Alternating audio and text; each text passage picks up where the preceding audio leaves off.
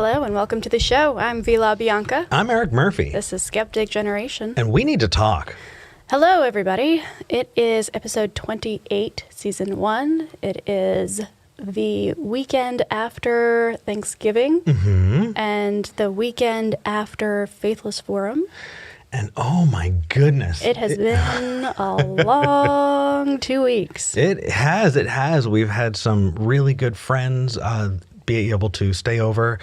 For those of you who frequent the live chat or have engaged on social media, you've probably seen Best Name Ever. Best Name Ever has stayed with us for the last week and is flying out today. We're so happy that you were here and got to join us. It was a blast. It really was a blast. V and I put on a Thanksgiving for people who are outside of the country. Thanksgiving is pre-Christmas. Pre-Christmas. Yeah, it's the start of the holiday season. Kick it off with a feast, end with a feast. Yeah. Yeah, it was fun. We introduced our European and Canadian friends to pumpkin pie and to some of the traditions around Thanksgiving, which was really fun. Yeah. Before we go into our announcements, we have open lines.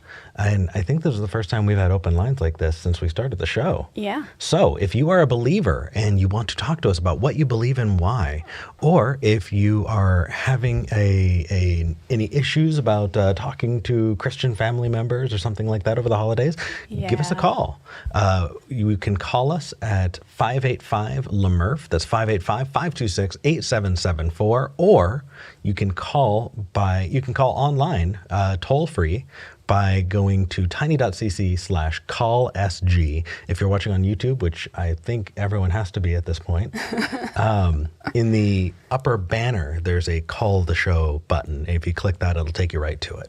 Absolutely. And if you would like to ask us questions or have us read something out, we do read super chats at the end of the show. So you don't need to be on the line in order to talk with us. Just shoot us a super chat and we'll make sure to get to it by the end of the show. Yeah. So our regular announcements. This show is brought to you by you. Do you want to, or do you want? I feel like you like to give this particular part of the. I kind of do. Okay. You do want to push the button though. This is true. So this show is brought to you by you. If you like what we do, and you want to support us, or if you're like, I don't care, but I really just don't want to see or hear the ads anymore, you can go to patreon.com/skepticgeneration and become a patron. We do ad-free podcast, ad-free version of the live show, and all of that good stuff. We also lost some merch came back from the convention, busted. Specifically the some gear, the Cloud Lifter. But we were able to borrow it. If you want to see us using that kind of gear without waiting for us to need to save up and get it, I'll pop that up one more time. There's a Amazon wish list that we have up, and because tomorrow is Cyber Monday, people might be able to help us out for a whole lot cheaper. Yeah. So, yeah. Well, if you would like to be a part of the show in any way, shape, or form, we want you here. You're part of this community. And it's going to get tricky this next month just because of the holidays. We put out a Patreon post to everybody about it. But if you're not on Patreon, I do want to extend this to you as well. You are part of the SG community. And if you are either going to be going home and dealing with some tense family situations, some tense family dynamics, or if you're not going home and that's hard too, we're here for you. So hang out with us. Yeah, definitely. All right. So what do we do now?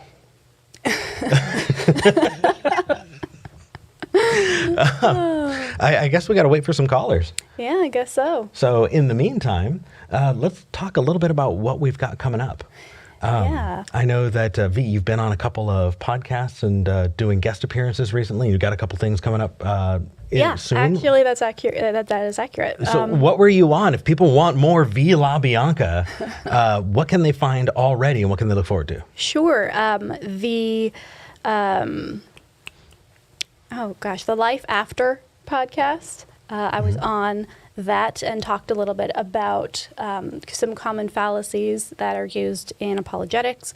I was on Amateur Exegetes podcast, and that went out, I think, last week. And honestly, one of my favorite discussions I've had with anybody. We talked about being the anti-Lee Strobel, and how journalism can be used accurately and not to. So the case against The case for against Christ? the case, yeah, exactly. Wait, that's a book already, isn't it? That is a book already, and I did not write it. But yeah, we talked about journalism. We talked about how to evaluate evidence correctly in a way that is accurate to what journalism is actually used for. And then this Thursday, I actually am going to be on Viced Rhino's channel.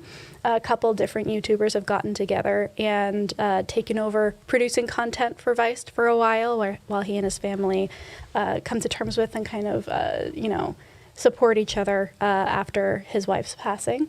Yeah. And so I'm going to be on that on Thursday. It'll be very much like C'est La Vie, if you know what that is. It's going to be me talking to you guys in the live chat. We're going to be reacting to some really ridiculous tweets that I've been cultivating. And if you do have any tweets that you would like me to respond to, I'm still collecting them. I can change out the ones that I've got. So feel free to at me at Author Confusion on Twitter with a screenshot or a screen grab of a tweet that you think is particularly terrible, and we'll see if we can have some fun with that. That's going to be good. It's going to be a lot of fun. How about you? Are you doing anything in the next couple of weeks? I'm actually going to be bouncing around some Christian shows. So there, Ooh. yeah. So I'm going to be on the RHE podcast. The host has actually called in a few times before, and I really, really like the approach. It's what we want to see. We want to see productive conversations between believers and non-believers. Is this Isaiah? It is. Okay. Wow. Yeah. Gosh, you have a good memory. Yeah, it's Isaiah. Yeah. And as a thank you, Isaiah has made a donation to an LGBT charity. So they put their money where their mouth is, and I'm really impressed. Nice. And then on top of that, I'm going to be going on Miracles and Atheists. There's a Christian who started this show a long time ago, back when I was first getting involved on YouTube, and he wanted to see these productive conversations had between believers and non-believers. And he couldn't do a show for a while, but he came back and has set up a conversation that I am wary of, to be honest. Yeah, I've heard about this one. This is going to be fun. Yeah, it's a Messianic Jew, from what it looks like, a gentleman who is claiming, a lot of Jewish things, is wearing the yarmulke, but is a Christian, and says that he was an ex-witch and an ex-Satanist, and there's something about human sacrifices, and he's got a PhD from naturopathic. I'm just kind of, So just the entire smorgasbord. yeah. And I'm sitting here going, where do you start? Yeah. You don't. Yeah, I know. But but the thing is, if nobody's going to challenge those things, then it will not. You got to push back. So, Yes. Okay, I want to hear the yes and I also want to let people know we need callers, you guys. I mean, we can totally amazed. have a show where we just shoot the shit with you all, but we do prefer to talk to you. So Yeah, that's feel free to definitely not call the in. format. Okay, so what do you have against me talking to the? Convince me not to do this episode. No, Or I think show. I think that it's going to be fun, and I think that it's going to be interesting. That said, there is a level of crazy that, to me, is more harmful to platform than useful. Not only because it gives their worldview a bigger audience, but also because, honestly, after looking into this guy a little bit, I can't honestly say that he is doing this dishonestly in a way where he could choose to do otherwise. Like, it's very possible that you are about to walk into a situation where the other person is completely divorced from reality in a way that is not like his fault. And it's just gonna take some finessing to make sure that it doesn't look like you're punching down. While fair, this person has 40,000 subscribers, and on top of that, you and I have both interacted with Christians who are fully on board with. I mean, shit, I was taught that atheists were actively seeking to destroy, everything about our way of life. Any one of the issues that he brings to the table, I think absolutely that issue by itself should be addressed and refuted. It's just when it's one person and it's all of the things, either like I don't know. I feel like there's a potential that he might not be all there. Fair enough. So I think we've got a caller coming through. Should we skip the screeners and dive in and take the risk? Or I think we should leave them to the screeners first. We do have some history with trolls. We can vamp for a few more minutes if it means that we're not going to get spewed baba booey. Fair enough. Okay. Well, let's see. What else do we have? V? Well, I guess I am the host, aren't I? I need to do, this is my my moment. So we were asked by our mods if we were going to be doing a show on the 26th of December and on the 2nd of January. So it turns out that Sundays are the day after both Christmas and New Year's. And I think that we are going to be. So if you are at your family's place or you are hunkering down for whatever, we are going to be around those weeks. We're not taking a break. We're not going on hiatus. No pre-taped stuff will be here. So feel free to call in or just hang out with us if we don't have callers, because those are holiday weeks. Then we'll just do what we're doing now and talk with people, read the live chat. We just don't want you guys to be alone on what could be a rough couple of weeks. Yeah, absolutely. All right, I think we've got our first caller. All right, let's do it. You ready? Connor in Colorado, welcome to the show. Hello. Hi, welcome. What can we help you with today? I called in before. I'm about Flat Earth. I'm the Flat Earth caller. Oh, hey, Connor. Oh, it's you. Hey. Yeah. Me. Hi. Hi. Welcome back. Yeah, you were going to call in 2 weeks, and I didn't hear from you. Yeah, did you manage to find that triangular Earth? I did, and I did a YouTube video about it. Okay. Okay. Sorry, I was going to jump in. You're hosting. So what did you want to talk about today? I was curious in the way the YouTube videos are clipped, etc. After the main show, it seems like the audience has a little bit more disdain for conspiracy theorists. Perhaps they put me in that category than they do religious. Yeah. Like religious seem to get a little bit more of a pass from people, like conspiracy theorists. If you believe in chemtrails or something like that, it doesn't seem like you're quite on the same level.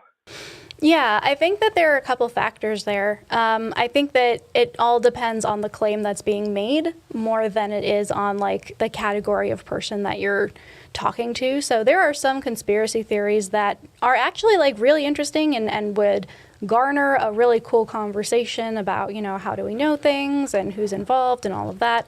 And I don't think that that type of person would necessarily be treated more disdainfully than, say, somebody who is the week before or a couple weeks before the 2020 election. There was a Christian who called in saying that he had a prophecy from God that Trump would be reelected and that China would invade D.C. and that the United Nations would fall apart by January 2021, and like really crazy stuff.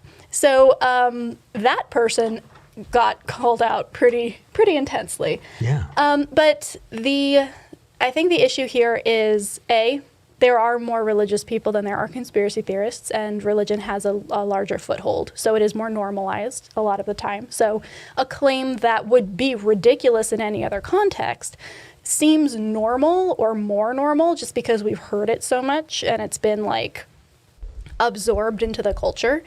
So conspiracy theorists definitely don't have that advantage. But also there's this other area around infallibility, right, or falsifiability, where a lot of the claims that religions make are not falsifiable, right? They're like, oh, well, there is a God on another plane of existence somewhere that cares about something sometimes. And you're like, okay, well, like, that's impossible to prove or disprove. So it really does come down to personal beliefs and whether or not you're forming beliefs correctly. A lot of conspiracy theories are based around falsifiable concepts that are just not understood correctly. And so that's also a large part of it. It's not just, oh, well, we can never know. Nobody can know. This is objectively outside of the realm of the provable. It's, oh, you're misunderstanding what chemtrails are. Here is the actual facts around what they are. And if you deny that, then comes into play like, okay, well, why is that the case? Why are you denying what, seems to be a pretty substantial fact? So there are a couple things at play there. What do you think? No, that makes a lot of sense.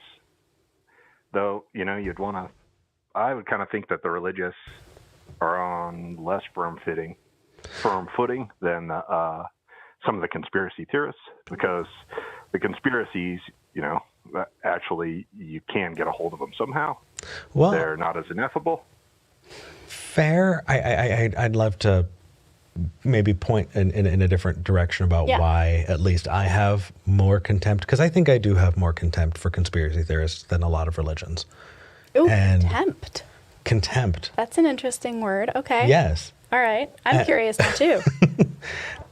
So I think that in my experience, and mind you, all I have is my own experience. And so I'm not going to be able to speak to someone else who hasn't had this. And so the best I can do is give you why this has been the case for me. I have people really close to me who have bought into some really damaging, harmful conspiracy theories. And so I can give you just a kind of an idea of it. But ultimately, it is based on this assumption that that people are actively lying to them and that they are being misled, and that it's just, I'm sure you've heard Connor. I'm sure you have heard people say, "Oh, this was an honest conversation," or "That was an honest interlocutor," right? Yes.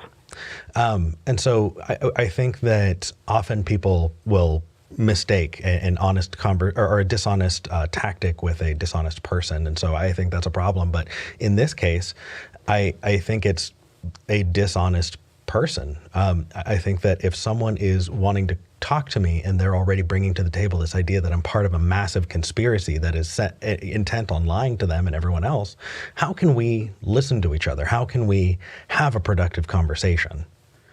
People have called in and talked to me before saying that I was hiding secret satanic clues on the show so that, I could We're not hiding signal. them. They're right there. God, no. So that I could signal our secret Satanist ties or whatever. And they were just too smart. They were too smart. They figured me out. And here's the impact. I had a family member die because they did not get medicine that they needed, because they were told that they were being lied to by the medical establishment and that they were being made sicker, and going to the doctor would kill them. They believed that. They took medicine that didn't work and died, and it could have not happened, right? So when we're talking about religion, I feel like there are so many different people. It's such a wide range that there can be really damaging things that we can talk about, and there can be really, benign things, some, pseudo woo person who kind of just believes in spirits or whatever. But when you're specifically talking about conspiracy theories, you're building this, it's like scaffolding outside of a building. Right? And you're building this extra scaffolding that includes all of these wild assumptions about the world. And I feel like it's really detrimental to the way that you would interact in the world. It cuts you off from being able to talk to people because you're assuming that they're a part of some grand network conspiracy. And anytime that I interact with those, or people who with a conspiracy theory in general, unfortunately, that's the baggage that I bring to the table. So you could probably see, at least I hope, why I have that contempt. Yeah, I understand that. That makes sense, though. I think not all conspiracy theorists feel that way. Some I don't know. I don't lump myself in that category, but I'd say so. It's But difficult for me to- I bet you've seen it. I bet you've seen it. Yeah, so I've seen religious people too who've talked to me as an atheist and said, "Hey, Connor, you're lying about it. If you took a lie detector test, you would actually believe in God. You're just denying." And that is dishonest to its core, and I hate that. But I've never had a religious person tell me that Jews were secret aliens. I'm gonna Okay. have to interject here. I'm sorry. Hit me. I'm gonna have to interject. Okay. You were right on the money when you said that religious people as a category was too broad to even say any one thing about. Yeah, right? or just or have disdain for. Right. Like, it's too big of a category. There are Right. too many different kinds of people. Which is why we ask people what they believe and meet them where they are. Right. That said, I think that conspiracy theory, A, is encouraged by religious thinking a lot of the time. And also, most conspiracy theorists, at least right now in the US, are directly linked to religion. So, like, QAnon is directly linked to this really radical fundamentalist evangelical Christian movement. True. So, and the person who talked about quote unquote Jewish space lasers or whatever is a Christian and ran on a Christian ticket to make this a Christian nation. So, like, there is a lot more overlap there, and I think the issue is trying to separate those into two categories of conspiracy theorists and religions. Right, and the issue that we have across the board is bad reasoning, and that can apply to anybody. So conspiracy theory is baked into religion a lot of the time. Sometimes rightly so, because certain groups did, face persecution. A lot of the time, it's a holdover and it's an excuse to avoid civic responsibility, I think. So my issue here is that we're putting this into two separate groups. I just don't like conspiracy theorists of any sort, regardless of whether or not they are religious. It just so happens that religious thinking tends to lead more people, in my experience, to believing in conspiracy theories because they don't promote rationality. I agree. Let me rephrase and see if that helps. Okay. I have never met someone who, on the basis of their religion, said that Jews were secret aliens. I have met people who, on the basis of their conspiracy theory, believe that Jews are secret aliens. And- Is that a black swan fallacy, though? If it's based on, like... Oh, I'm giving my anecdotal. Okay. So no, because I'm not making an all statement as much as I'm just trying to point out that the issue there is the can be conspiracy theory. Right. The issue is not external beliefs to it, unless what we're trying to do Right. is get to why you would accept a conspiracy theory in the first place. And that being the case, I entirely agree with you. In which case, we do need to look at external factors like, are you a religious person who was trained to accept things based on authority or based on how you feel or based on, the stories that you are told. So there's intertwining there for sure. But I think that what conspiracy theorists do is they strip away, they have removed themselves from the, I don't know, they are just owning that conspiracy theory. It's not baked into their religion. It's not something that they might or might not believe. They are just saying, hey, here is a thing that I believe, and it's kind of weird. And then, if it's stupid, then we go after it. But the same thing happens if the person happens to be religious. You know what I mean? Sure, that makes sense. Yeah. Oh my gosh, that was a heated conversation. I was enjoying that. That was fun. Me too. So this is what we do in real life. I know people in the comments are going to be like, you can tell they hate each other. No, this is why we're getting married. We'd love it. Yeah. Connor, I feel like you probably got way more than you were anticipating. Hopefully that's okay. Great conversation. Thank you. Thank you. Thanks for calling in.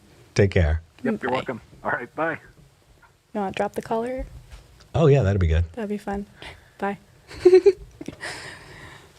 Oh my gosh. Yeah. Give us your thoughts. I feel like that probably that's going to inspire some interesting comments, that particular part of the the conversation. It will. And I'm wondering if people are going to listen to it all the way through, because I do agree with your broader point, but I just wanted to make that distinction, I guess. Yeah. I'm still stuck on the disdain or contempt thing. Oh. Frankly. I mean, I had someone close to me die. Oh, yeah. You know, like Me too. Yes. It is a thing. But I don't know if it's useful to bring in terms like that. Okay. I agree that it's not useful to advocate for that. I do think that being honest about where I'm standing and why I feel a certain way and giving people that context, especially if they're going to want to call in and talk to me, helps. And so That's a good point. if you took that as me saying an ought thing, I was definitely giving an is and not an ought. Got it. That makes sense. Yeah. Cool. All right. Who are we talking to next? Oh my gosh. Let's talk to Johnathan in Alabama. All right. Okay. Hi there, everybody. Hello. Hey. Welcome to the show. Apparently you're from South Korea today. Oh, God. Sorry. My bad. You're good. Johnathan, how can we help you? Well, just following up on a question I asked a panel at Faithless Forum. I had talked a little bit, just a little bit on it. By the way, great time. It was Really enjoyed awesome that. meeting you. Oh, it was so good. It was so It was a lot of good. fun. I would give anything to be able to do more stuff like that for you guys, though. Like, I would love to build you some sound panels and just bring them down. Hey. Them up for you. We're down for that if you Well, especially post COVID. I'm sorry, I'm just stuck on meeting you, man. Yeah. No, it was after great. everything, being fully vaccinated, getting to hug someone, and Jonathan's a good hugger, you guys. Absolutely. I am. It was really wonderful. Point of pride right there. But anyway, Yeah. Yeah, yeah. What's your question?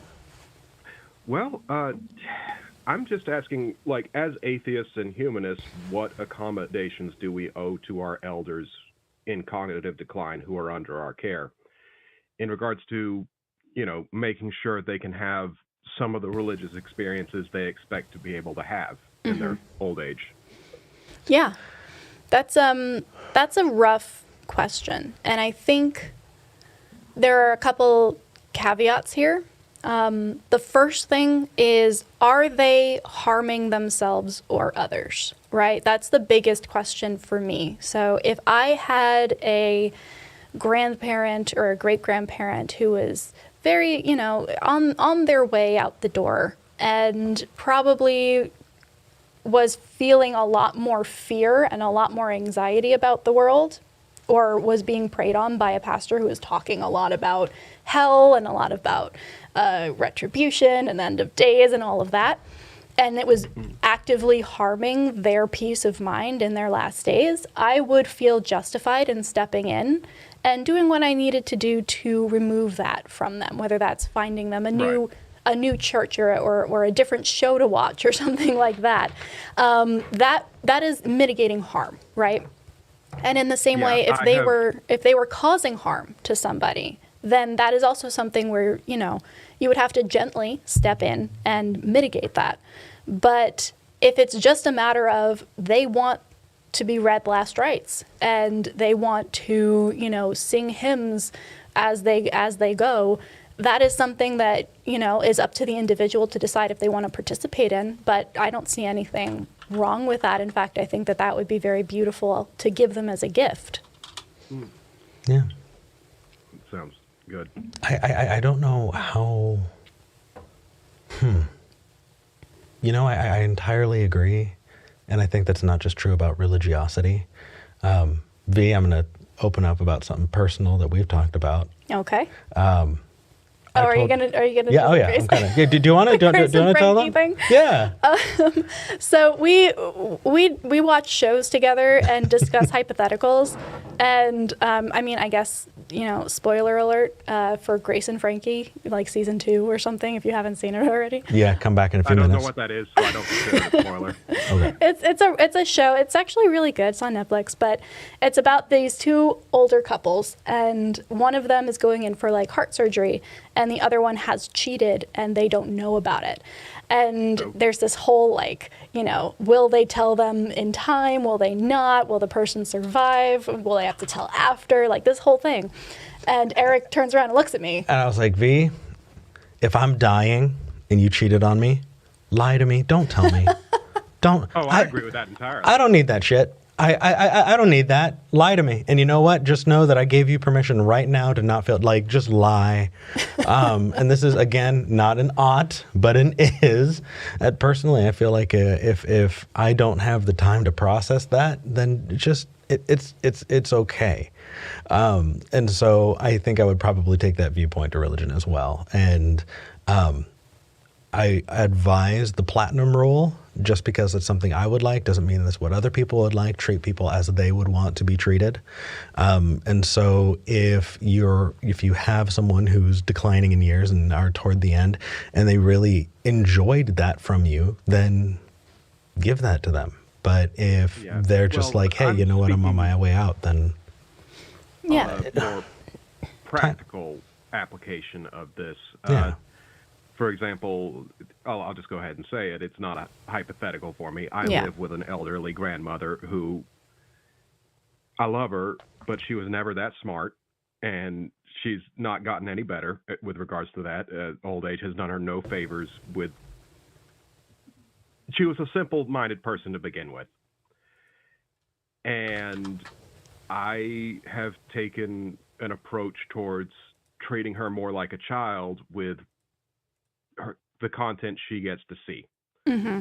Like, I've started using parental controls on the cable simply because of how, quite frankly, scary some of the things she can get into her head due to the Fox News and whatnot. Mm-hmm. Yeah. Are, I mean... Yeah. And it's horrifying to me to see how easy it is to take a woman who, decided to learn Spanish in her late 60s to be more accommodating towards people, and then see her being convinced of racist rhetoric. Yeah. Because it's tied in with the religious packaging. Right. Yeah, and honestly, I think that falls into that first category, myself. I think that is causing her harm, right? She clearly is not benefiting from it, right? There's nothing she can do about this. There's nothing that's giving her comfort from this. I know we talked a little bit about this at Faithless Forum, Johnathan, but I would liken it very much to having a kid and deciding, okay, what does that kid need to see and what might be too much for that kid? Not because there's anything inherently wrong with the person watching the thing. It's just, is this useful information for you given where you are at mentally and emotionally and physically? And some things just frankly aren't. I wouldn't put a kid in front of Fox News, and I wouldn't put your elderly relative in front of it either. Yeah. Mm-hmm. Yeah. No. But, yeah. I'm sure that there are so many people in the live chat and in the Discord and in the Facebook group as well, Johnathan, that have gone through this or are currently going through this. So I highly recommend, if you haven't already, and I know you're pretty active on social as well, reach out to some people in our community on our Discord and see, hey, is this something that, other people are dealing with, and how are you approaching it? Yeah. I could say that. Yeah. Absolutely. Well, thank you for calling in, Johnathan. It's always lovely talking with anytime. You. And if you two think of anything else I can do for you, let me know. Absolutely. Appreciate will it, do. brother. Appreciate you. Bye. Bye. All right, bye. Aw. It's very weird to talk to people who you now know, like, what they look like and, like, height differences and, like, Yeah. like it's very, very strange. You guys are real on the internet. Yeah. How cool is that? And just sweethearts. Just It's absolute wonderful. sweethearts. Who are we talking to next? I kind of want to take Emily because she's calling in to tie in very directly to what you talked about. And I think Okay. it would be nice to have a little bit of continuity there. Emily, welcome to the show. Hi. So speaking of people that you got to know over the weekend. Hi, Absolutely. Emily. Hello. Nice to hear from you. Yes. So so Eric, you had mentioned about the family member who unfortunately passed away, and I kind of want to talk about my own experience because I grew up just my mother and I, and she was totally into all of the government is trying to hide the true cures kind of stuff. Mm-hmm. And I had been struggling with migraines forever. Fortunately, I've since gotten that mostly resolved. Good. But at the time, one of the things that we had to try was colonics, and so we went to a friend of hers who did colonics, and and I followed all the advice, and that was I had to drink nothing but kefir for a while, and that was my food. I could eat a little bit of food, but mostly I could I was very restrictive. So if I don't know if you're familiar with kefir, but it's basically Kefir milk? yeah. Yeah. Yeah. And so from that, I got really sick. Yeah. And I was told that's a sign that it's working. So keep going. Oh, gosh. So, Emily, I heard the exact same thing with, I believe it was a little bit of maple syrup and lemon juice. Yeah. Yes, And then there was that. There was like the boil cabbage in water and then sell the water deal. Oh, wasn't that Jilly juice? Yeah, Jilly juice. Oh, I God. haven't tried that one. Don't. Don't do it.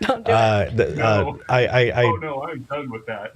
Oh gosh. Yeah. If you don't want to eat for the rest of the day, look up Jilly juice and waterfalls. It's real Super fun. bad. Yeah. Anyway, sorry. Let's move on. Emily, you got stuck drinking kefir milk and it didn't help and it actually made you sick. And they said that it was making you better. Yeah. Yeah. And it was weird. Oh, go ahead. Just being sick all the time was, just like, why am I putting myself through this? And eventually, since it didn't work, I stopped and tried to find other things, chiropractic and all kinds of stuff. Ultimately, it turned out I have slightly elevated blood pressure, where a lot of people, the doctors would tell them it's within the range of normal. But once we tried bringing that down, that pretty much resolved the issue. Oh my So I God. still Wow. get them, but they're much less frequent, much less severe. Oh, my goodness. So like a basic blood thinner? Yeah. Wow. That is insane. Yeah, Emily, I've got to tell you, one of the things that my family member bought, I've been told not to give extra details about who they are in particular. I upset some family members last time about that. But they bought this $5,000 or $7,000 machine, and they said all you got to do is put a picture of yourself or like a lock of hair, and it will analyze the picture or the hair, find the DNA or whatever it's going to do, and it's going to emit healing waves to restore balance to your organs and things like that. And they bought it and they used it, and I remember asking, hey, okay, how am I going to get to them? Okay, cool. How about this? So are your needs different than mine? Because if that's the case, I can't go to your house, can I? Because your healing waves might hurt me. Is that right? Well, no. It just works for me. Oh, okay. Do you have to be in the same room with it? Like, what's the maximum range on this device? Oh, you could actually just leave it at home and go to work and it'll still send out these healing waves. Oh, my God. And I was like, okay, so could I just say that I have a machine and I put your picture in and then just charge people to send healing waves out from Texas? And they didn't like the questions. They shut it down. But the fact is that they viewed the people who were telling them this nonsense as a bigger authority on medicine and how to take care of themselves than in actually talking about it. And it was atrocious. Emily, I'm sorry that you had to suffer for as long as you did. Yeah, that's not okay. Yeah. Yeah, thank you. I'm glad I'm on this side of it now. Yeah. And I can just see all that. But it's interesting how all of that ties in because, just growing up, we believed in, aliens visiting Earth and, abducting people. And we believed in, you name it. If there was a conspiracy about it, sure. Government's hiding everything. And so it's just this huge crossover, and we're, it's amazing to step outside of it and just take a minute and go, what would it take to make, keep all of this a secret? No, exactly. That is the downfall of 99% of conspiracy theories is just like, have you tried telling 5 people a secret that doesn't have very large implications at all, like it gets out within a week.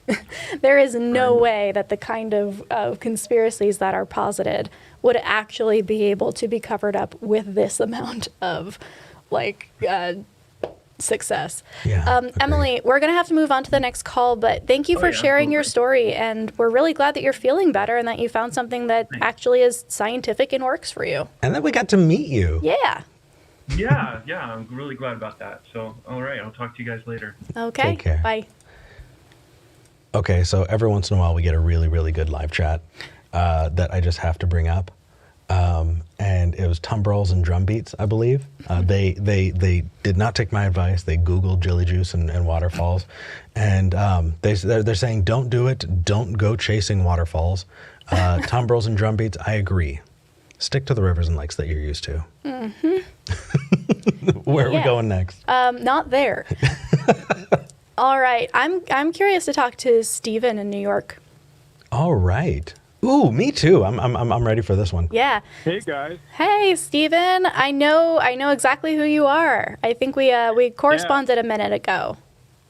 Yeah, and actually I had called when the Heathen show. I actually talked to you guys there about this concern that I had, because I had basically said that I am a skeptic pagan, and V, I think you said at one point that you still kind of you don't believe in Wiccanism, but you might still do the rituals, I think. Yeah, I call it witch as opposed to pagan or Wicca, just because there isn't any God belief there. But yeah, I totally I know of many atheo-pagans, secular pagans, so yeah, absolutely. Yeah. Give us a little bit of background in terms of maybe what we talked about before, like Cliff Notes, and then why you're calling today. So when I called before on the Heathen show, I had said I think that I really like the ritual and spiritual practice, but I'm worried about spreading spiritual woo that I may not be have a thought of in the moment. Yeah. V and I haven't had this conversation at all. Sorry, go ahead. Yeah, it's fine. So about a month or two ago, I was just sitting online, and one of my friends from work says, "Hey, listen, I'm a Christian, but I think that Freya is reaching out to me." And I go, "Oh, okay, well, why do you think that?" And they went through this whole story about how YouTube videos of Freya were coming up, even though he's never, looked up the gods at all. That images of cats seem to be appearing before him. Cats on the internet? Shocker. Yeah, right. Yeah, weird. So I just listened for a while, and I was like, well, I can give you the pagan perspective on this, and I can give you the atheist perspective on this, because I'm kind of both. But I want to make sure that I tell you that, I don't actually believe the gods exist. I just use them as, myths and stories and cultural things. And he was like, no, I need the pagan perspective. And I was, here's a fundamental part of this, is that he when I first met him, he was a fundamentalist Christian, like hardcore. And through his conversations with me, he's kind of gotten out of that even before this. Okay. And my thought of him going, "Hey, I'm not a Christian anymore, I'm a pagan," I was like, ooh, that could be better. And at the same time, I was like, but no, I can't do that, because that's, fundamentally against my ethics. So I was very confused about how to move forward in this conversation. And basically what it came down to is me saying, hey, listen, I don't believe the gods actually exist. If this is something that you want to pursue, please do, but with the understanding that I can't, even though I'm a ordained minister in New York, I cannot, pull you along this path. I can guide you in terms of like lore and from that perspective of just being stories, but I can't give you the religious meaning that you probably want. Yeah, that's, I mean, if you're watching the screen, Eric has been giving me "told you so" eyes this entire time. There is a lot of kind of fraught here, and on the one hand, I love that the sign is cats on the internet. I can't. That's amazing. It's beautiful. That's going to be our thumbnail. You know that. Cats on the internet. Oh my God. Just like grumpy cat. Oh yes. Oh yes. And then also, like, a basic understanding of SEO and how tags work mean that if somebody in some video tagged cats or gods or Freya, even if it didn't show up anywhere in the video itself, that would then enter that keyword into the algorithm, and you'd start having those be suggested to you. So there are some very, very simple explanations for why this probably was not the goddess Freya reaching out to your coworker. But I think the larger question here is, what are the ethics around secular paganism or any kind of God belief or, you know, religious adherence if you do not want to lead other people down the route of believing in gods? And it's a worthwhile conversation to have, and I'm excited that we're having it because it's going to help us navigate this better in the future. But as far as what to do in that situation, I think setting up boundaries with a coworker, right? Because as friendly as it might be, like, there are still protocols at work, and you shouldn't feel like you need to, you know, explain your spirituality or lack thereof to somebody who you're working with, right? So I do hope that at least gives you a little bit of a leeway there. Yeah, it does become an issue sometimes because when I have to basically explain that I'm a pagan and an atheist at the same time, that concept is very alien to a lot of people. Yeah, I feel that. I've had similar conversations at work about different aspects of my identity as well. And it's always like really friendly and well-intentioned, but at the same time it's like, yes, and this is not the conversation I came into work to have. So right. Here's what I would say. Ultimately, if somebody is looking for something to believe in, they are going to find something that works for them. And they are going to find it in spite of evidence to the contrary.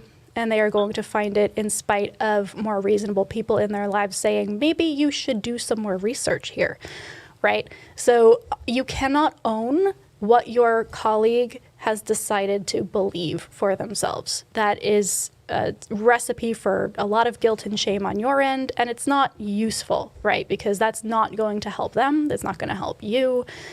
If they decided that they are done with fundamentalist Christianity, that's super cool. If they need something else to tide them over while they keep things, you know, churning, and they want to talk about Freya, that's cool too. Like, that is their prerogative. And you've done a really good job from what I hear by saying, hey, just so you know, we can talk about this in the realm of story, in the realm of myth, but I'm not going to tell you to believe in this God because I don't. And here are some reasons why. And so I think right now, if you choose to take it on, because you don't have to, this is not a requirement, you might be in a very good position to lead them down some critical thinking paths, right? Okay, well, let's talk about why maybe you've been seeing these videos pop up. Do you know what SEO is, right? Or priming. Or priming, right, exactly. Do you know how when you're thinking about buying a car and then you see that car everywhere and you're like, wow, this is a sign that I should buy that car. No, it's a sign that you're now thinking about it and you're noticing it more. And so you're just, gathering that information in a different way than you normally would. So it could be a very good thing to start the process of conversation with this person, but it doesn't have to be for you. Right? You have your beliefs, you have the way you live your life, and it sounds like you are doing a good job of trying to separate those two and explain that difference. And it's up to your colleague to decide what they want to latch onto and what they want to believe. And if they come to you with questions, be honest and lead them down a skeptical path if you can. And really, that's as much as I can that's as much as any of us can do, right? Because if we take on ownership of what other people are going to use our words for, how they're going to interpret things, how they're going to apply them to their lives, I wouldn't be able to get on this show. I wouldn't be able to get on the internet at all. I'd be like, well, what if somebody one day decides that I said a thing and that's their life now, and then something horrible happens, and then it's my fault, right? That's not helpful. So, Right. yeah, do your thing. And be honest about the way that you look at the world. And if someone asks you about it, talk to them if you feel comfortable doing so. I don't know. That's all I've got. If I might add just a little bit more, I think it would be beneficial if, when you were phrasing, talking about how paganism has kind of given you a set of traditions and identity and things that you kind of hold on to and value, framing them specifically in that sense can help bolster against an overall acceptance of a belief that you may not hold. In the same way, I totally understand, and V and I have this conversation, and I poke V about it, but I get it. I just personally, I think that I still celebrate Christmas, and I still celebrate a lot of things that I was raised and told are Christian holidays and that kind of stuff, but I don't call myself a Christian. But maybe that's just implicit with the society that we're in. I understand that if you need that label, okay. But taking the time and just talking about skepticism, if you feel like you really need to do something, talk about skepticism, because if they have the tools, they can come to the conclusions on their own. Yeah. They don't need you to walk them through every single thing. But if you can talk to them about, why do you think something is true? And what kind of tools do you use to investigate, and have you heard about, like V was saying, SEO or, priming, things like that. And just trying to give them those pieces. Mm-hmm. I think that if you feel like you need to do something, that's going to be the best use of it. This is the show's skeptical generation, not... It's not skeptic generation. It's not, though. Not atheist generation. Yes, that is accurate. That's accurate. With him, and especially, though, I think that a lot of his... he does hold a lot of cultural things very close to heart, and I think that I think that maybe the same things that I do would be beneficial for him in the long run. So that's why I didn't want to completely just cut him off. Yeah. And even guide him through, my practices as much as they are. One real quick thing, though, to you, I just want to say, keep your Christ out of my Yule. I like it. Oh, goodness. All right. Thank you for calling in, Stephen. I hope that it helped. It did. Thank you so much. I watch you guys every Sunday, and I really appreciate what you're doing. Thank you. brother. Keep it up. Yeah. All right. So that was nice. Yeah, and funny kind of related story real quick. Okay. There is something to be said for the gradual approach, right? It's all well and good to be like, oh, yes, I talked to somebody about skepticism once and now they're an atheist, but that's not how it works most of the time. And mitigating harm, I think, is a big portion of that, even if it doesn't end up with where we want people right away. So, for example, we took, go ahead. We took a long time in our individual ways to get to where we are, and that's fine. Like every person has their own journey. But we were doing a diversity meeting at work, and it was me and it was a colleague, and we were talking specifically about witchcraft. Mm-hmm. And we were talking about the history of it, the etymology of it, the sociological aspects, but a large part of it was, how do you do this ethically? How do you be, for lack of a better term, quote, a good witch? And that was things like, maintain boundaries with other people, respect consent, don't impose anything on other people, don't appropriate, all of this. Mm-hmm. And we didn't walk away with the, and also magic is wrong and bad and not true and, never speak of it again. It was like, hey, if you are going to do this, here are some good ways to go about that. And the next week, a coworker came in and was like, V, I went to a dinner and there were like the bad kind of witches there. They were really not great. They didn't respect my boundaries. They pulled me into things without my consent. They were like appropriating other cultures. It was so cringy. And I was just like, I'm so glad I know that this is not okay. So like, Good. regardless of whether or not that person believes in any kind of supernatural anything, they now know a little bit more about how to be respectful, right? And how to protect themselves from woo. Yeah. So even small little bits of, changing people's minds is useful. It's not all or nothing. Good. Yeah, absolutely. Yeah. All right. Who are we talking to next? All right. Let's talk to Ken in Bangladesh. Ooh, Ken.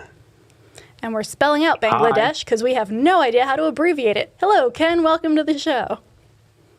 You can just call it BD. BD. All right. Yep.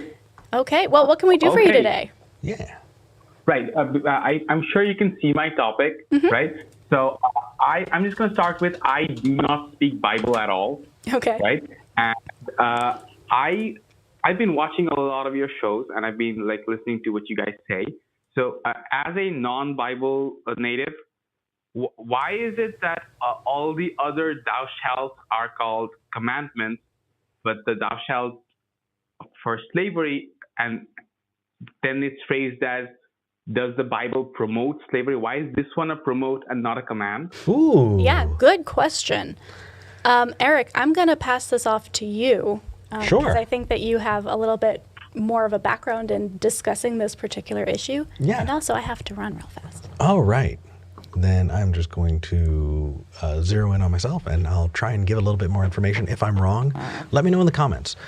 So, Ken, what I understand about it is that the thou shalts are specifically given as kind of, this is what God is saying, right?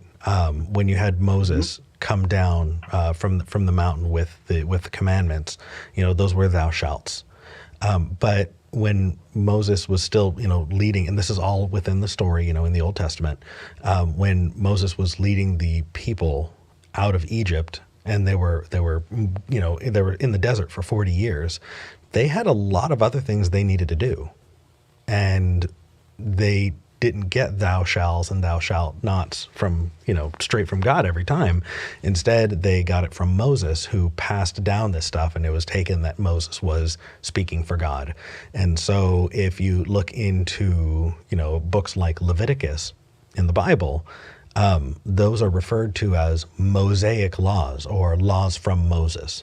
And so when you're looking at, how you get your slaves, how you keep your slaves, how you're supposed to be treating them, those are Mosaic laws that are given not from a deity, thou shalt do this, thou shalt not do this.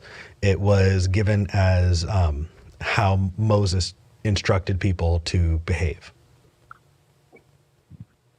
If that makes sense. And if I'm wrong, in the comments, tell me and I will self-correct, but I'm pretty sure that's it. But that's why it's phrased that way. I thought all of the Bible was from, how much of the Bible is not from God then? Well, the question is, how much is it being said that, God did this directly versus how many people were they saying God is speaking through? And that probably is just linguistic. But if it entirely depends. If you're an inerrantist, which many believers are, especially many fundamentalist believers, then they would say that the Bible is inerrant and is in its entirety the Word of God. And so I think that's probably what you're coming at this with. But there are other people who are not inerrantists. And they would tell you that the Bible was written by people and inspired by God. And because of that, you have problems like, translation errors or people selfishly trying to put their own spin on things. And so they rely on trying to find the most accurate version of these old texts because they think that they're getting closer and closer to the source where it's less muddy. Right. So in that case, I'm just going to say this. I'm probably not going to read the Bible because It's not a great read. lot. It's not a great read. I promise. You're not really missing out on much. If you want to hear the Yeah. whole story of Jesus, where they have that, where they get most of it, you can just get that through Matthew, Mark, Luke, and John. You'll get the all of the Christ story stuff. If you want to get to, and this is just Cliff's notes. If you want to know about the whole in the beginning stuff, you want to go with Genesis and Exodus. If you want to look for the batshit crazy, this is what they're saying is going to happen in the future, which, just in parentheses, is a misunderstanding of what people were describing for their own time when it was written. But, you go to Revelation. It just depends on what you're looking for. You can go to Numbers and Kings and get, what was supposed to be written by a whole line of kings of Israel and how things happened there. But it just kind of depends on what you're looking for. I would not recommend reading it back to front. I wasn't gonna anyway. But what I'm asking is, for the people who might want to read it, is there a version where they say, okay, these lines we're saying God said them, and these lines we're not sure? Does the Bible have that? So that varies from one group to the next. If you're talking to an inerrantist, they're going to tell you all of it comes from God. If you're talking to someone who's not an inerrantist, they will tell you something different. And there is so much diversity in the way that it's viewed among Christian groups that I can say, yeah, absolutely, Ken. Get this, but I would just be talking about one subsect and how they drew the line. And I would not be giving you an accurate representation of how all Christians view it, because it's just kind of a crapshoot. And that's kind of where you get this whole idea of Christians pulling out Bible verses that only agree with their interpretations. It's kind of flexible that way, unfortunately. Sure, I guess that is what that is. No, Okay, I know, I think hate it. I wish I could give you a better answer. Yeah, no, I asked someone that doesn't speak Bible but just speaks English. I just wanted to clarify what's going on here. Yeah. There is a Skeptic's guide, a Skeptic's annotated Bible, I believe, and it points out inconsistencies and things like that. And so if you're wanting to kind of, read it and kind of see how there can be problems, you can check out the Skeptic's Annotated Bible. I guess I'll look into it when I can. Yeah. Okay, then. Yeah. Can I ask one more thing? Do you guys live in Texas? Yeah. We do. Oh, I just checked what time it is there, and Hello? Ken? I think we lost Ken. Oh, no. Oh, that's a bummer. That was fun. I enjoyed that. And I am entirely ready to be told that I'm wrong on every count. But we'll see where we go. I missed all of that, so I'm going to be just as surprised as you. I'm excited. Was it essentially just like there isn't actually a thou shalt not own slaves? No. Yeah. The argument is like, well, it doesn't command it, therefore it must be against it. And the argument then is, well, no, those aren't the only two options. Actually, I didn't say that. Promotes it. You should give that. Oh, yeah. So the reason that I would have given had I been here is that it doesn't actually say in the Bible, thou shalt not own slaves, right? Like, you would assume that it would if it was a good book, but it doesn't. And so it also doesn't say thou shalt own slaves, right? There is no you shall about, owning slaves as a category.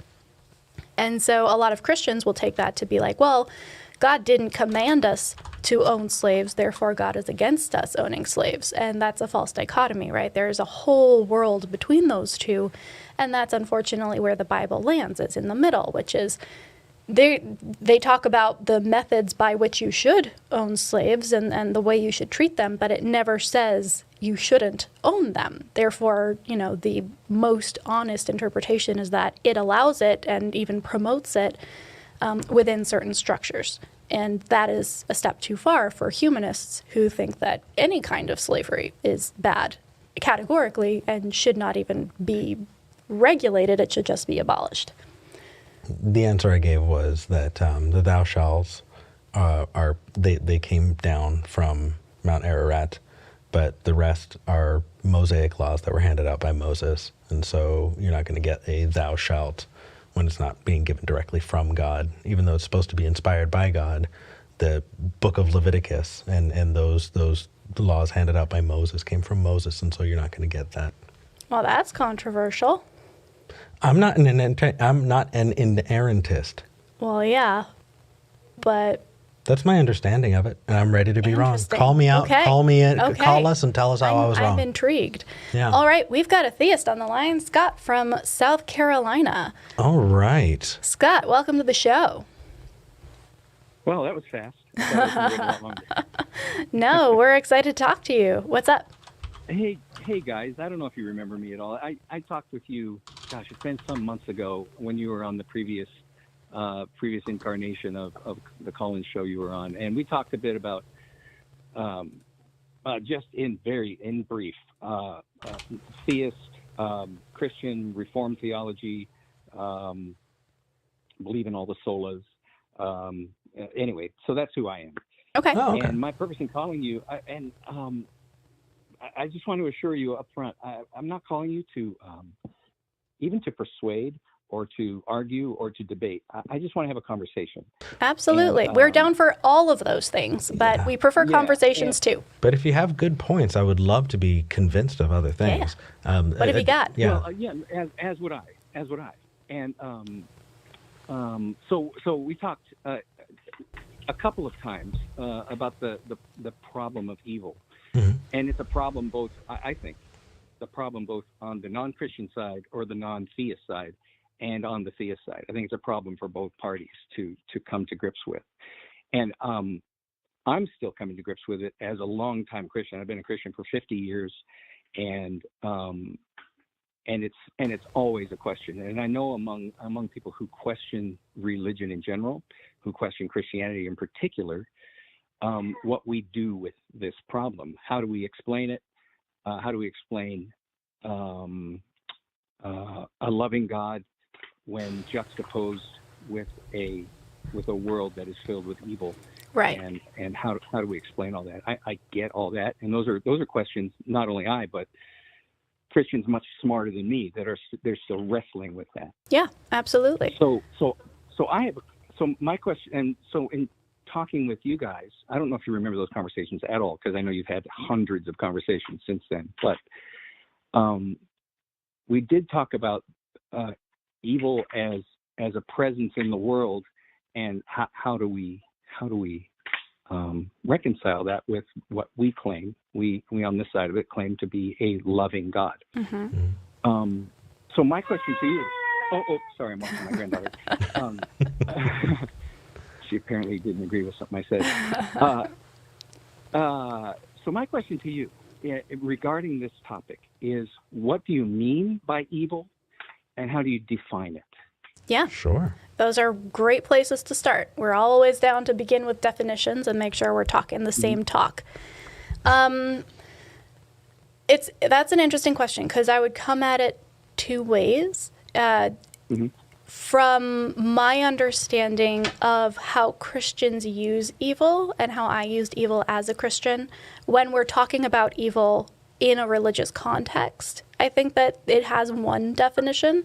And then how I would define evil now is actually something I'm still kind of working on, but it would be very different. So if I was kind of entering back into that Christian mindset, thinking about what I believed evil was and what a lot of Christians who talk to me view evil as, it would be a kind of malevolent force, usually tied to the devil or to Satan, that enacts harm either to individuals or to the planet. And that could be something as simple as, tempting somebody to have an affair or to smoke cigarettes, to something as big as tsunamis. They are iterations of a fallen world that has been infected by this malevolent force. Obviously, I don't believe that anymore, but I'm more than happy to talk about it in that context if that's where we're going.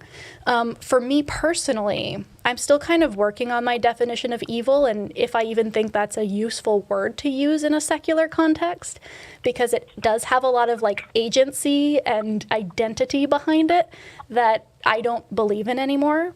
So I probably would define evil as anything that causes vast amounts of harm in an intentional way.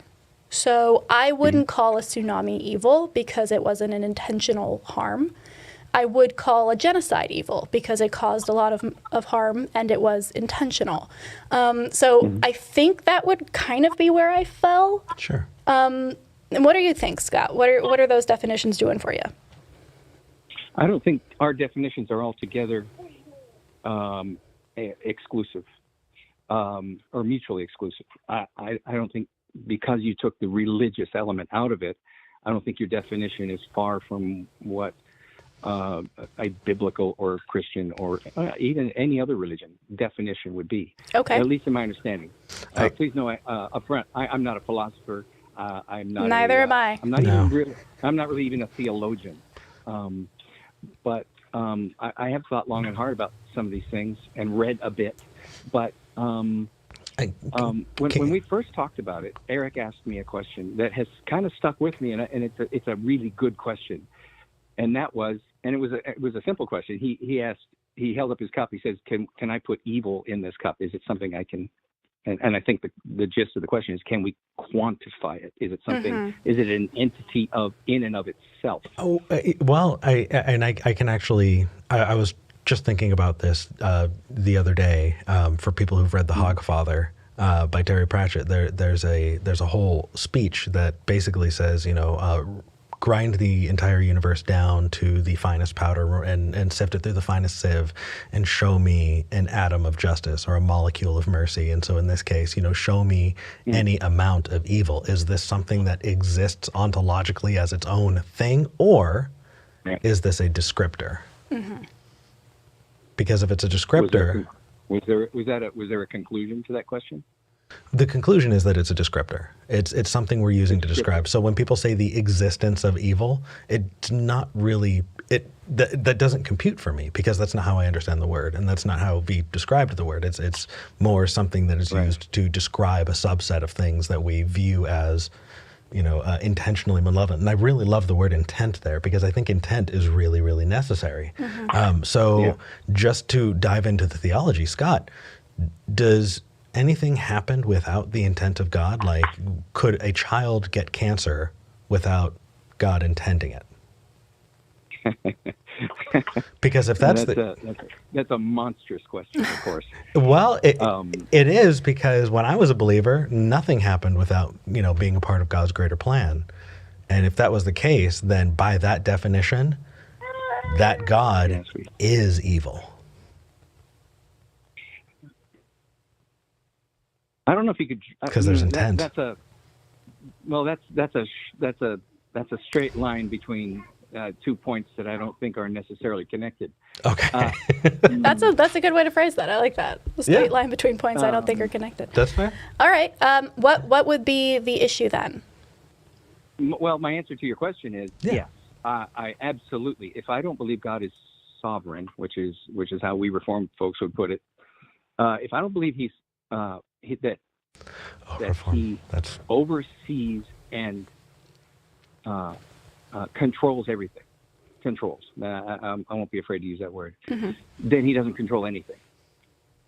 I don't think there's no picking and choosing. This I'll control, that I'll let go. Ultimate, and the word is ultimately, because within underneath that sovereign umbrella, all manner of things happen that are still under His purview. Yet He's still. See, there's this tension in the Reformed world between the sovereignty of God and free choice. It's a huge tension, and there are all manner of arguments within that. My particular view is that both are true. And of course, we take our authority from the Bible, which I know you don't. I get that. But I do. And so within the scriptures, within the Bible, the sovereignty of God is clear from Genesis to Revelation. but so also is the free will of man from Genesis to Revelation, and both are held in tension. Okay. And so Okay. how that happens, I can't really explain. I mean, it's sort of paradoxical. So, question. Does the free will of man need to be entirely free? And what would that look like? Does God, the way you're describing does the deity you're describing require for humans to have how much freedom? Are there limitations on that freedom?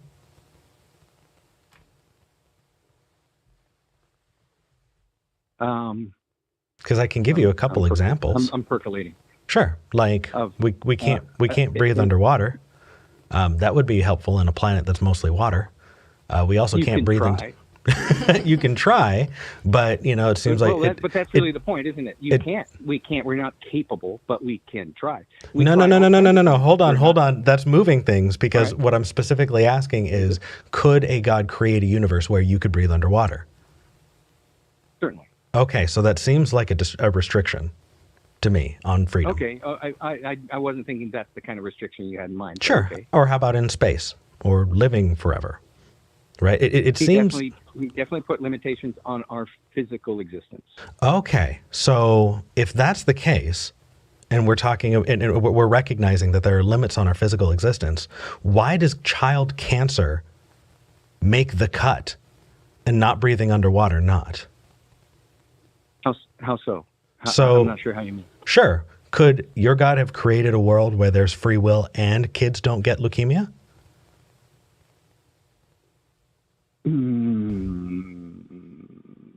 Not being a medical expert, I couldn't tell you the original sources of such things: leukemia, brain tumors, cancers, sure, on all manner of other illnesses and maladies. But but my understanding, go ahead. I'm sorry, but my understanding, limited as it is, my understanding is that the ills of this planet are born from the free will of men.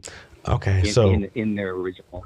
So it would not being able to breathe underwater also come from the free will of men, and not being able to breathe in space or survive in the vacuum of space? I wouldn't consider that an ill of man, that we can't breathe underwater. It's a limitation, but it's not an illness. It's a limitation. I don't think we can equate limitation with illness. Why not? Because I think that we can live in a world where I can imagine a God creating a world where the worst thing that happens is a skinned knee, and you still being able to have free will. It would just be a limitation, and it would no longer be called an illness. It would just be, just imagine an entire playpen full of children. What are you going to throw in there? Okay, you throw in some toys. Great, you throw in a hammer. Okay, you're kind of an asshole. If you're going to throw in a gun, and you're giving them the gun, that is on you, bro. And it's not taking away their freedoms to say, I'm not going to throw a gun in the playpen. They can play with other things. They can have that free will. It just makes that God, by that definition, with that intent, and the fact that those things exist, evil. But as far as I can tell, your argument presupposes that what we see here and now is what God intended. And clearly, I mean, you guys know your Bibles probably better than I do. And the original plan was not for what we're seeing here and now. That really depends. The free will of human beings got us to where we are. Okay. God's original intention was complete freedom of man under his umbrella of sovereignty, but without illness. So without the kind of pain you're talking about. I'm a little confused, and I'm sure you understand why, if we are going to be holding God's sovereignty and free will as equally plausible here. The issue for me is that what you seem to be saying is everything happens under that umbrella of ultimate sovereignty, and God is ultimately in charge of everything. Except for the things that I don't want to attribute to God, that's free will, and that is outside of God's intention. That's how that sounds to me. Am I understanding that accurately? Is there anything you would want to change about the way I phrased that? Because it feels a little bit like you're saying, hey, here are the things that I don't want God to be in charge of. So I'm going to say that these things God, didn't actually want to happen, but they happened anyway. But God still is in charge of them. And it feels like a you can't have both. No, I agree. You can't have both. Okay. You can't have both. You're absolutely right. And so I'll say it straight out, because even though it's unpopular and it doesn't sound nice, but the whole of the scriptures, the whole of the Bible is pretty clear that even bad things that happen are under God's purview, and I would even go as far as to say He even causes some of them, if not all. Okay. So that goes directly in contradiction to the explanation you gave Eric, though, about, well, it wasn't God's intention to have illness be a thing, and it happened anyway. But also, what you're saying now is that it was God's intention, or at least it factored into His ultimate plan. Well, this gets into some dicey theological areas. And again, things I'm still wrestling with, and that people much smarter than me are still wrestling with, because there's disagreement within the Christian community about these things. Mm-hmm. So, but again, if God is sovereign, He's sovereign over everything, or sovereign over nothing. And so, I have so many. I wish that you were in Texas and we could just talk, because that makes zero sense to me. I live in a house where I am sovereign over, but that doesn't mean I need to be sovereign over Texas. It just means that I'm sovereign over my house. And so that it's just weird. Although, anyway. I don't know. I kind of respect it, because it gives Scott and other Reformed Christians like him a lot less wiggle room to have these intense conversations, because they're not going to say, well, God's in charge of some things but not other things, and it's the things I don't like. So either God is in charge or God isn't in charge. And while that might be a false dichotomy, it also makes conversations like this a lot more honest, I think. Well, it's either a false dichotomy or it's a paradox. So, if I may,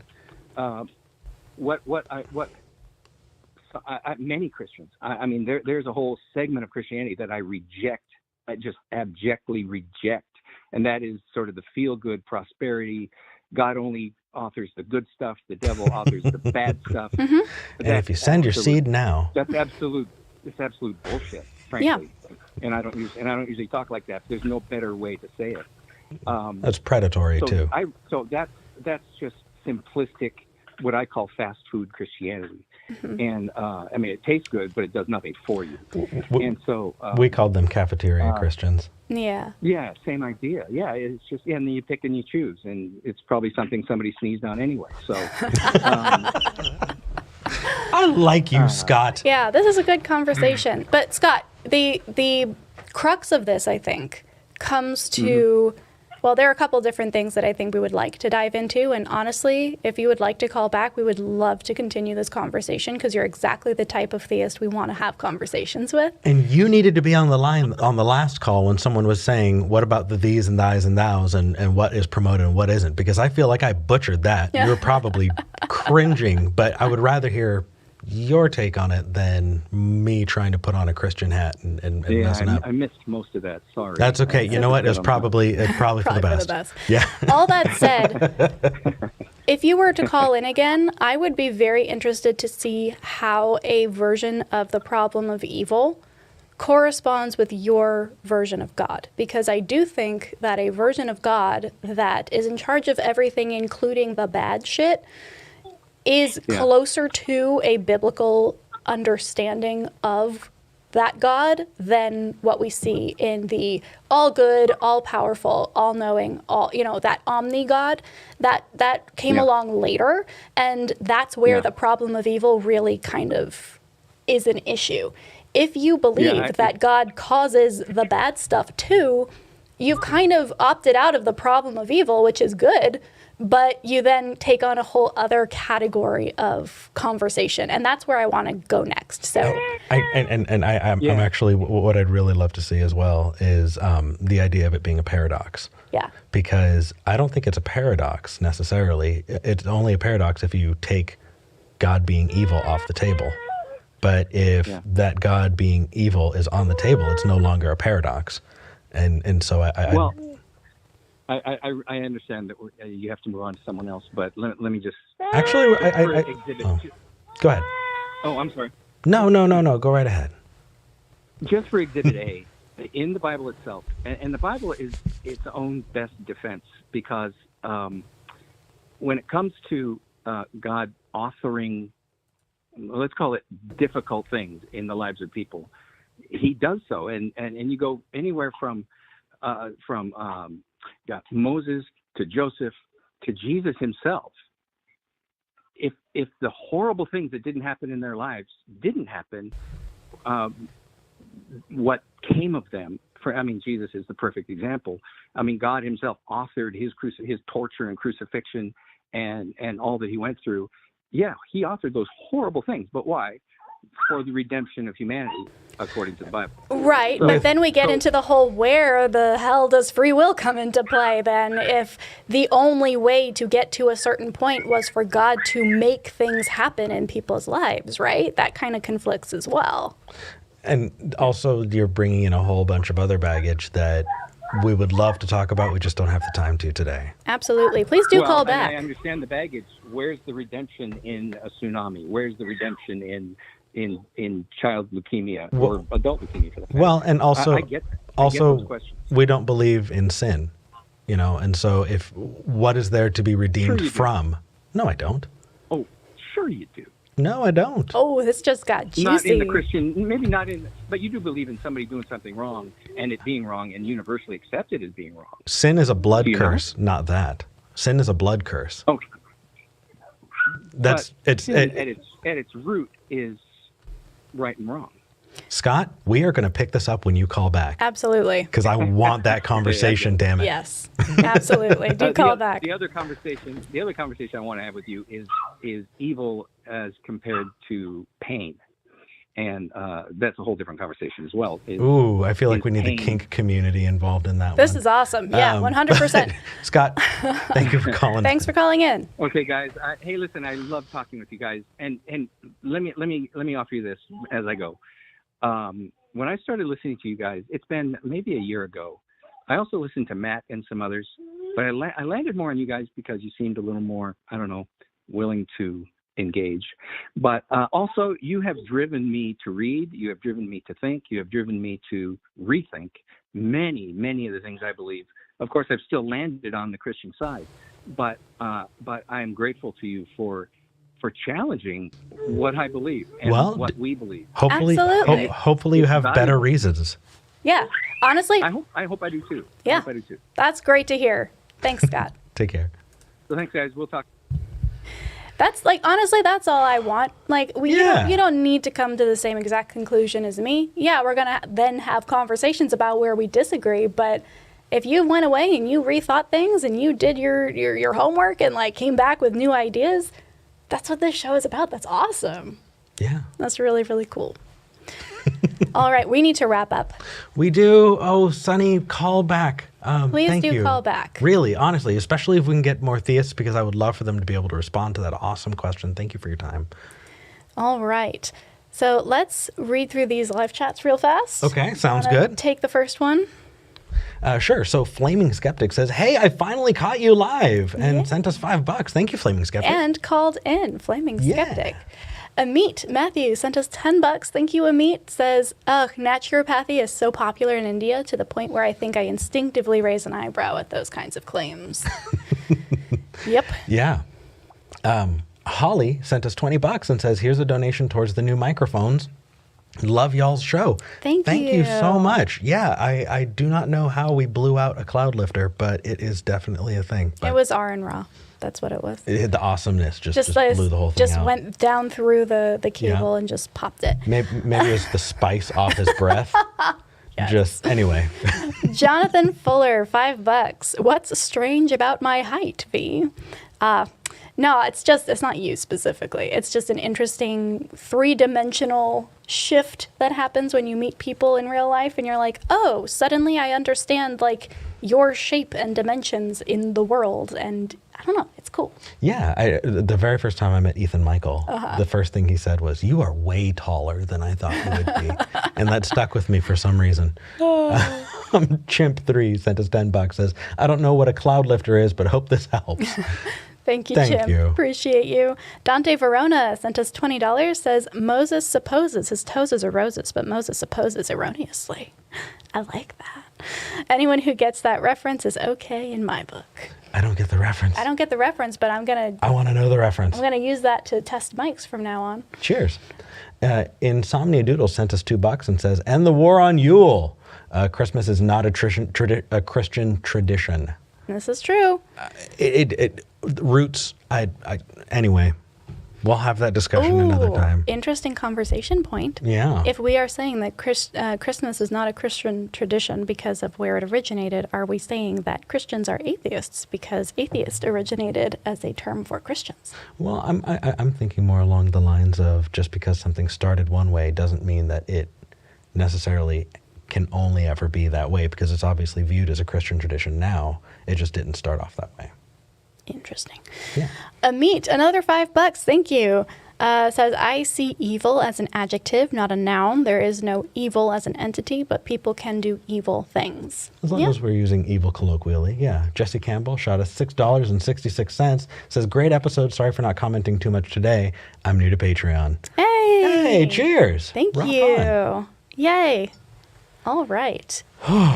This was fun. I always enjoy this. I thank you all. This is I love this. This was great. Thank you, everybody, for calling in. I know we got a little bit of a slow start today, but we got some really awesome callers, I think. Yeah. So, with that said, oh, wow, I just channeled my inner Christy Powell just there. I miss Christy. That's the Christy thing. With that said, Eric, how are you taking us out today? So I had something else in mind, but just based off of that last thing we said, I got to say, we are moving into a holiday, whether you celebrate Christmas or not, a holiday time of the year. And whether you believe or not, whether you are a Wiccan or a witch or it doesn't matter. Take the time and find excuses to tell the people that you love them. Because we're not always going to have the chance. And for people who are like us, we don't believe that there's going to be another chance after this life. And so we got to take advantage of the ones we have. Treat each other with compassion and empathy, especially when you go out there shopping. Don't be an asshole. And, well, we will see you next week.